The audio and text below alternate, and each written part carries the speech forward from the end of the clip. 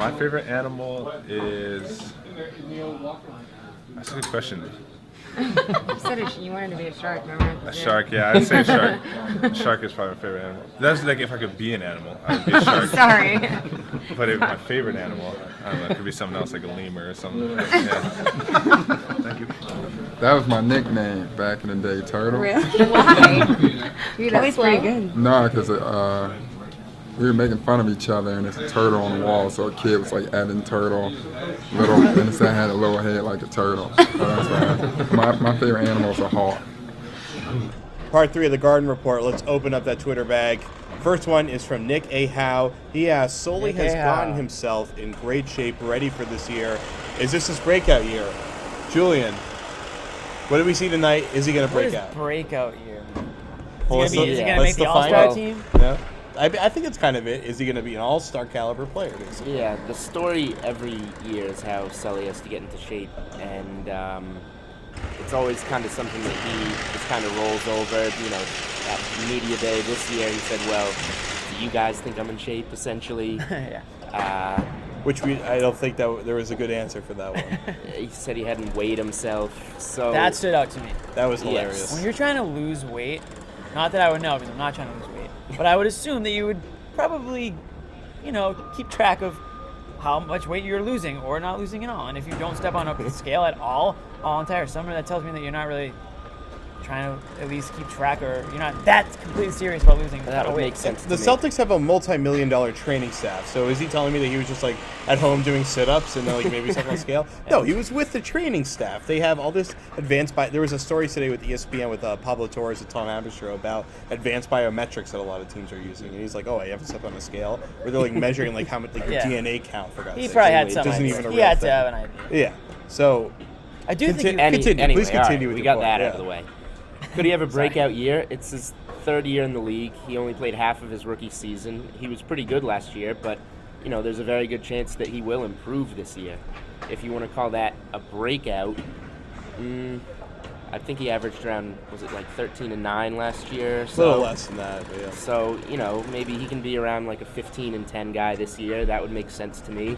So, that would be a breakout year in ways for him. Yeah, I think I kind of agree with.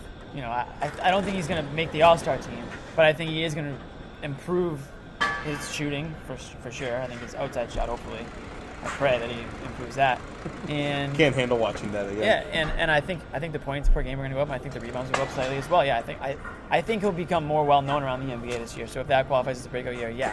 I don't think he's going to, like I said, I don't want to repeat myself, but I don't think he's going to be the All-Star team. But I do think he's going to, him and Olynyk can have something good going, I think. Well, the thing is, when you think of breakout, I kind of look at like Al Jefferson, who was in a similar spot in the 06-07 season. And he averaged something around like 17 and 9 that year. But you looked at it, he was a guy that they were going to. I mean, they were feeding him on the block, stuff like that. Sullinger, that's a big difference. This last year, they weren't really running plays for him. They weren't going to him, clearing out. It was he's such a menace on the offensive glass that he was able to pick up a lot of stuff. And he had those like 18 and 18 kind of He's games. not a guy you really draw plays for. He just kind of picks up the trash. But he can be, though. No, he can be, but to this point, he hasn't really been. So we're saying no, we don't see him doing that. Right. Okay. So the next question is from Dream Shake. It's, do you think Sully can score 20 points a game for this team? I'm assuming you were going to say no to that one. one. We just kind of answered that. Yeah, exactly. 20 is 20's up there. 20's up there for anybody. What about 16? I think that's much more halfway realistic. between 15 and Al Jefferson. That's more realistic. Yeah, 16. Yeah. I think we're saying 16 and 10 would be a really good season. That's reachable. Okay. No, I mean, that's really good. He was a beast tonight rebounding. He had 13 boards, 4 offensive in his, what did he play? 26 minutes. It's a lot of rebounds in 26 minutes. It is.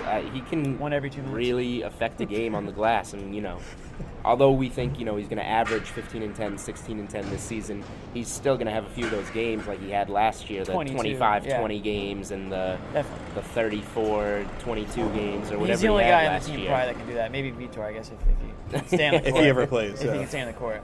Yeah, the thing with Sullinger is, just going back to the being in shape part, he's supposed to be in better shape, yet every time he tried to jump to get a rebound, he barely even left the ground. I mean, The verticality isn't really He coming. carves out the space. He doesn't Yes. go up and get him. Yeah, but the whole point of losing weight is to be able to carve out sure. You don't space want up him to in the lose air. too Sure. much weight where he can't be as physical. I think he's pretty far away from that. Well, right now. you'd be surprised how quickly. Okay. some- Well, let's go to the opposite end of the spectrum. We're talking about a skinny big guy, Tyler Zeller. He could, if he could just take some of Sellinger's weight, that would be ideal for everybody involved. We're gonna put Sully in Brandon Bass's body. Yeah, That'd be yeah. pretty good. But that'd be like Karl Malone basically. But even the lights just went out. Getting kicked out. Hope you can still see us here. So there it is again. So Tyler Zeller, we thought he'd be kind of like a pick and roll kind of guy. There's a little bit of picking, a little bit of rolling going on, but for the most part, he didn't really get his hands on the ball, or at least he didn't get two hands around the ball. No. It was like picking and like, hey, what's that over there? And like forgot like what was going on. It's a lot mean- more pretty girls in the stands here. I guess. I had some relatively relatively speaking, high. Yeah. relatively high expectations for him comparatively speaking, I should say.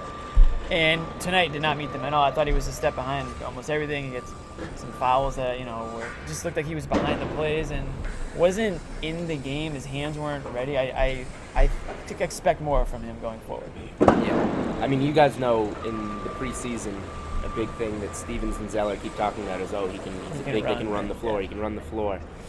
And I was kind of laughing because, right when he got in the game, they threw a full court pass to Zeller, and he was just running, not even looking for the ball. It just bounced out of bounds. So, Just like, run yes, he home, was run running, home. but, you got to be ready for the ball on the other Right. end when you're running, Well, too. that's a second there's step a whole in the other running piece. part. There's a whole other piece Track to and it. field here. So, I mean, Zeller, I was expecting a lot more from him tonight, like you guys. He played almost 18 minutes. He didn't attempt a shot. Yeah. But he didn't really make an impact No. down Not at low all. near the rim. He got dunked on too. Yeah, well, Eesh. that's the biggest stat. Okay, well, how about a guy that overachieved a little bit to our expectations? James Young. He had a good game. The numbers weren't as spectacular as I think it really appeared on paper or to the eye test, should I say. But the way that he was running around in the fourth quarter, he made so many big plays just by running and being in the right place at the right time. James Young is the wild card. Yeah. I mean, I think if you ask anybody who's the wild card on this team, it's James Young because you don't know a whole lot about him coming out of school. You've heard great things about him. He's a great shooter. We obviously know he can dunk because we saw the dunk he had in the national championship game. Defense, there's room for improvement. But according to Brad Stevens, he's been impressed by his defense too. So, and I think tonight we saw, I liked what I saw. I mean, he hit a couple nice shots. I mean, he seems like a guy that when the Celtics drafted him, people thought that was a really upside pick, and that could turn out to be a steal later on. And I assume they still feel that way about him. Yeah, I like your wild card analogy because you can kind of see, he had 10 points tonight. You could kind of see Young maybe averaging 10 points per game this season. If you told me that, at least I wouldn't be shocked. And if you told me that he was in the D League for half the season, right, I wouldn't be shocked either. Yeah. So, we don't really know what we're going to see out of him. But tonight, I thought he shot the ball better than the numbers, if that makes sense. He went 3 for 8 and Yeah. 1 for 5 from 3. He got fouled on a and he got fouled on a 3. He was a his little first nervous. play, He just too. came That in was the his first game shot, and he yeah. missed his first 2 free throws. But he went 1 for 5 from 3, and I can remember a couple of them that just really rimmed out. They were halfway down. He's gonna put some games together where if he's shooting the ball well, he's gonna put some points up. Agreed. That play was the one I really liked. Was how his first ever offensive possession in an NBA ball game. He took that corner 3 and he got that foul. Little Jamal Crawford in him. Yeah, exactly. Or a little Jordan Crawford in him too. Maybe a little. Yeah. Hopefully not too much. But the point being is that he wasn't afraid to take that shot. A lot of rookies probably would have been scared to take that shot. So that was really good to see that he was ready. He's looking at this as, when they call my number, I'm ready to go. And not a lot of mid-first round picks that are supposedly raw to the point that they're D-League material. A lot of those guys, that's the reason why they go down to the D-League, is because they're scared to take that shot. Right. Because the athleticism is clearly there. I mean, Yes. he made those plays. He had that really tough shot where he was on the break and he kind of threw up Breakaway, a yeah. left shot. Yeah. Yeah. Left hook shot barely went in. I mean, he's going to make plays. I'm sure the physicality going against the top quality teams, that's going to really take him out of his game. But at least he's going to be able to contribute on the big league roster and not have to be sent down based on the first game, which of course means basically Everything. nothing, but a little bit at least. Yes. Well, we got one game to go on, so that's what we got to give you analysis-wise. So Julian. Hey, give thank it up you. for this guy. Round of applause. Debut. Thank you, This guy. gentlemen. Not bad. Not good, but not bad. Good enough. I'm just joking. I'll put all the Twitter handles below us here, so follow everybody. So I'm Jared Weiss, Jimmy Toscano, Julian Edlow. That's it for the Garden Report. Like us on YouTube, on Facebook. Download the show on iTunes. We got the audio version of the show. You can get the Garden Report wherever you want. Like us in real life too. Yeah, just like hug us on the that's streets if you want to. So we'll see you for the next Celtics home game in the Garden.